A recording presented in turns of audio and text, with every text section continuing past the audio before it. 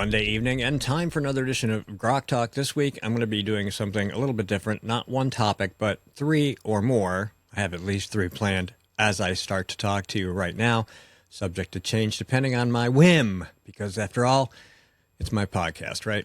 So sometimes we take the occasion to tell people not to share something. People send us stuff, edited audio or video, clips. In this case, it's a meme. And it's bullshit. So we're going to talk about that. We also have some Minnesota state law that justifies the ICE response to Renee Nicole Good. And a little bit of that Trump versus the Globalists thing, possibly more. GrokTALK starts in less than 60 seconds. Not everyone can get up every day and look for ways to piss people off. But here at GraniteGrok.com, we do that almost every day. I can't tell you how many times someone's lost their SHIT and threatened to end us. But we're still here, pissing people off. It's almost like we enjoy it. And we've been doing it since 2006. That's almost 2 decades of news, politics, and opinion, and now podcasts. And we're just getting started. We believe in principles before parties and politicians. We defend free markets and individual liberty, and if that makes you mad, it makes us smile. We're like Grandma after she stopped caring what other people thought. If that sounds refreshing, you need to check us out. This is Steve McDonald for Granite Grok, and we'll keep shining the light on them for you. Welcome back to GrokTALK. I get memes, lots of memes, and we wouldn't have memes on GrokTALK if people didn't send them to me, hundreds of them. It's crazy, and thank you to all of you who keep sending them to me. You make that entire feature of our website possible. So I got one, and sometimes I'm just like, a lot of these are sketchy. Some of the claims they make, I don't typically bother fact-checking them. But this one I kind of had to because, well, here it is. It's a picture of Robert DeNiro and Zoran Mamdani. It reads, Robert DeNiro says he has no choice but to leave New York City now that Mamdani is officially the mayor.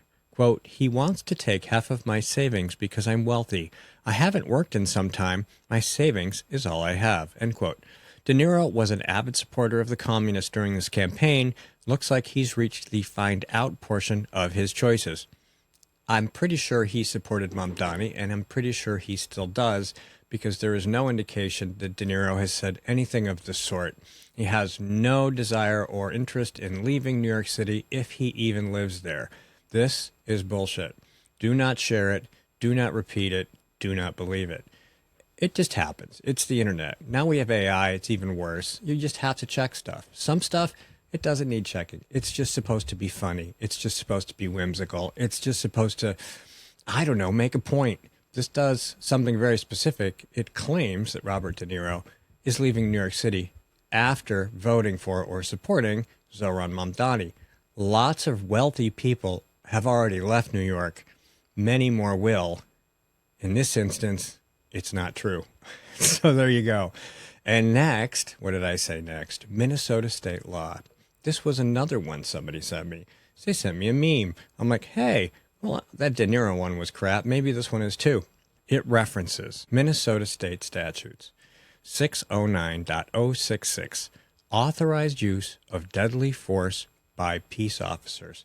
I am reading this off the state of Minnesota statutes, so we know that it's true. Use of deadly force, notwithstanding the provisions of Section 609.06 or 609.065, the use of deadly force by a peace officer in the line of duty is justified only if an objectively reasonable officer would believe, based on the totality of the circumstances known to the officer at the time and without the benefit of hindsight, that such force is necessary to protect the peace officer or another from death or great bodily harm, provided that the threat can be articulated with specificity, is reasonably likely to occur absent action by the law enforcement officer, and must be addressed through the use of deadly force without unreasonable delay, or to effect the arrest or capture or prevent the escape of a person whom the peace officer knows or has reasonable grounds to believe has committed or attempted to commit a felony, and the officer reasonably believes that the person will cause death or great bodily harm to another person,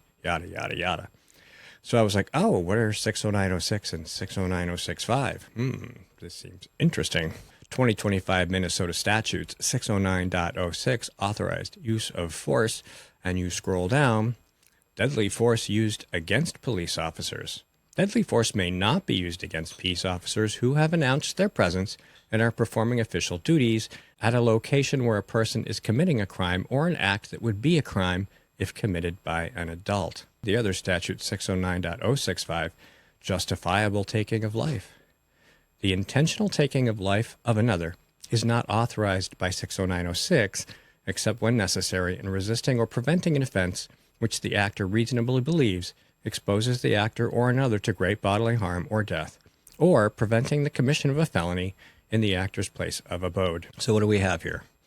Obviously, we're talking about good old Nicole Not So Good. Officers were present. Officers declared their purpose. Officers were there to enforce the law, and they all knew it.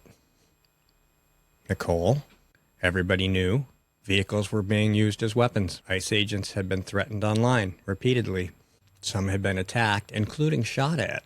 Actual organized groups were created and directed to interfere with operations. These actors were doxing agents, their families, which means their wives and children. It is quite clear that under all of these circumstances, if you were to box in an officer or a group of officers, approach one with a vehicle at any speed, they had a right to be reasonably sure that you meant them grievous bodily harm or death. Not to beat a dead horse or a dead Nicole Good. I'm sorry, that was a little edgy, wasn't it? She kind of asked for it. You put yourself in that position. You misbehaved. You knew they were ICE agents. That's why you were there. You knew they were following the law, unless you believed the Democrats and the activists and the agitators who told you that didn't matter. It does matter. Did you see my morning update today? That superintendent of police from Chicago, he made it really clear. You cannot interfere with law enforcement at any level or in any form legally in a place doing their job. They actually get in trouble if they don't do their job. Do you want police officers who don't follow the law? So that's your situation right there. And it's getting worse. There are thousands of people gathering to resist in New York, Minnesota, LA probably. It's going to get really, really ugly. If you were looking for a civil war, this is kind of part of it. If you were looking for an insurrection, if they bring weapons, it's going to get really interesting really quick. And here's the thing, just like I said on the morning update, that's what the Democrats want. They want your dead, shot up, bloody body on the news. Not because you defended illegal aliens, but because it gives them something to talk about to try and win votes. Will it work? It might. But you're dead. Why would you give a shit? All right. Quick break. We'll be right back. Not everyone can get up every day and look for ways to piss people off. But here at GrokTALK.com, we do that almost every day. I can't tell you how many times someone's lost their SHIT and threatened to end us. But we're still here, pissing people off. It's almost like we enjoy it. And we've been doing it since 2006. That's almost 2 decades of news, politics, and opinion, and now podcasts, and we're just getting started. We believe in principles before parties and politicians. We defend free markets and individual liberty, and if that makes you mad, it makes us smile. We're like Grandma after she stopped caring what other people thought. If that sounds refreshing, you need to check us out. This is Steve McDonald for GrokTALK, and we'll keep shining the light on them for you. GrokTALK. Welcome back to GrokTALK, brought to you by GrokTALK.com and Grok Media LLC. My name is Steve McDonald. I am owner, editor, and everything else. And I promised you a little new world order business about the globalists. Yes, everybody wanted to stop the globalism. Everybody's like, hurry up and end the globalism. Well, Mr. Trump hurried up quite a bit early on when he got rid of USAID, kicked everybody out of the offices, took the name right off the front of the building, and tucked what was left under Marco Rubio's arm over at the State Department where he could keep a closer eye on it. lots of taxpayer dollars was finding its way around the globe to fund anti-American interests. And not long after that, about 9, 10 months, Mr. Trump told the UN and a bunch of other NGOs around the world that we'd been giving money to that we're not going to do that anymore. 66 different agencies were defunded because they did not advance America's interests here or abroad. So the New World Order, which is the globalism, that the global socialism that they've been working so hard to bring to us and to destroy America in the process, because America stands in the way. If there is a place on the planet where somebody can come legally and through their own hard work and effort achieve their idea of a little utopia all their own without as much government interference, without the censorship, they don't like that. That's people living their own best lives, and they just can't stand that. So they've been out to prevent it, and it's been going on for a very long time. And one of the resources that we like to tap now and again, and it's been a while, is Promethean Action. So here is a little snippet to get you up to speed on their take, not just on the thing in Venezuela, but the NWO generally. And this brings us to the real issue, which is the fact that we are fighting not regular warfare, but irregular warfare. For decades, the British Empire and globalist banks have waged war on us using non-state actors, NGOs, terrorists, cartels, all of which are protected by their rules-based international order. A couple of my friends discussed this when they summed up their discussion on Venezuela. Here's what Crypto Rich and Tom Luongo said. So here's Trump coming along, breaking the rules, which he has to do in order to defeat the international banking cartel, which is spawned out of the city of London. Well, you can't play by their rules when their rules-based order is all based on it favors them, and it favors them. They set the game board up. And if you want to beat somebody, you can't play the game by their rules. It's basic Sun Tzu. Never fight on ground prepared by your enemy. Tom's right. You can't defend your nation if you play by their rules. And the new national security strategy, which Rubio brought up in the above interview, says so. Just a reminder, here's what the national security strategy says about the elite's rules. They lashed American policy to a network of international institutions, some of which were driven by outright anti-Americanism and many by a transnationalism that explicitly seeks to dissolve individual state sovereignty. So, on behalf of all sovereign nations, Trump has taken the fight directly to those institutions, both the so-called legitimate ones like USAID, the NGOs, the nonprofits, the universities, and the illegitimate side, the cartels, the criminal empires, and their financiers. We're no longer playing by the rules of the rules-based order. And don't forget, it was Canada's Mark Carney who said that just a few months ago. The old world of steady expansion of rules-based liberalized trade and investment, that world is gone.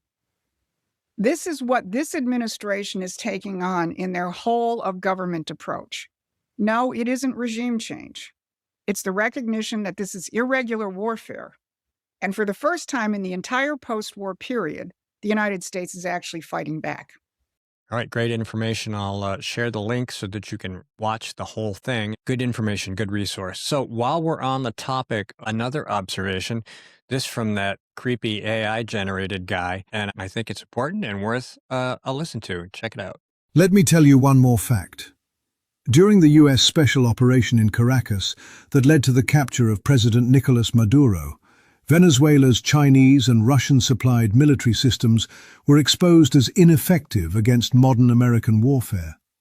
Despite deploying advanced air defense platforms, reportedly including Chinese JY-27A radars, HQ-9 and HQ-12 missile systems, and Russian S-300, U.S. forces neutralized or bypassed them with precision. What followed was a flawless operation. U.S. Special Forces were inserted, Maduro was apprehended, and the team was extracted without a single American casualty. This success was not about firepower alone. It relied on intelligence dominance, electronic warfare, real-time coordination, and seamless integration across air, cyber, and special operations forces. The message was unmistakable. When required, the United States retains the capability to decisively outmatch any adversary. So if America can bypass Chinese and Russian military, or at least create the perception that they can, that sort of sets them back on their heels a little bit as they consider what to do about a strong America with a strong president who doesn't take crap from anyone about anything. I don't think we're going to go to war. I just think that, Mr. Trump wants to have leverage so that he can engage in what he likes to, deal making. He wants everybody to do well, and he thinks if they do well, they'll decide that peace is the best way to keep that train rolling. And it kind of is. That's his strategy. That's his peace president strategy. If everybody can agree that we don't agree on everything, but that we can be trading partners, maybe we can, get along just fine without all this other ideological crap going on. That's not going to work necessarily with the Islamofascists, and there are definitely factions within the Chinese government and the Russian government who would rather just be conquerors and not sit idly by and benefit from something that they oppose, that being free market capitalism. And they certainly don't want their people thinking that they can go somewhere and just have a better life than the one they have where they are. So it'll continue to be interesting. Human beings are human beings. Somebody's going to screw it up. But for now, Mr. Trump is taking all of this on kind of by himself, and he isn't getting a lot of help. And it's not something that the average citizen is going to grasp or understand or even care about, because they just want to live their life. They want their prices to go down. That's what they want. And if they don't see something like that come November, it's not going to make any difference. Mr. Trump's entire program is going to stop because the Democrats are going to suck all the oxygen out of the White House. So what do we have left? A couple of quick takes. Senator John Kennedy has a bill, and its purpose is to allow the Social Security Administration to share its death list with all the other federal agencies that give away money in the form of welfare. Apparently, there was no congressional authorization for the Social Security Administration to tell other agencies when people had died and to stop sending them checks. Billions of dollars has been lost or wasted, or perhaps taken advantage of through fraud, because the Social Security Administration said, well, Congress didn't give us permission to do that, so we can't. Mr. Kennedy's bill, which has passed the House and is on its way to the Senate, would allow the Social Security Administration to tell everybody who issues payments to anybody if they're dead and to please stop. Now, why did it take so long to get here from there? The Somali fraud, the daycare fraud, the Medicare fraud, the Medicaid fraud, the SNAP fraud, EBT fraud, if you prefer. It's all fraud. Every time the government, Obamacare fraud, everything is full of fraud. And it's not just dead people, as we've learned, thanks to those nice Democrats in Minnesota. But here's a guy who said, here's a problem. This is something Congress actually does that's useful, which is impressive considering how useless Congress is. He's attempting to save you money, making things more affordable, allowing the government to figure out who really deserves any kind of welfare, if any at all, and make sure that they get it and not somebody who doesn't. It's a huge problem. It's not as big as the globalism problem, but the two are connected.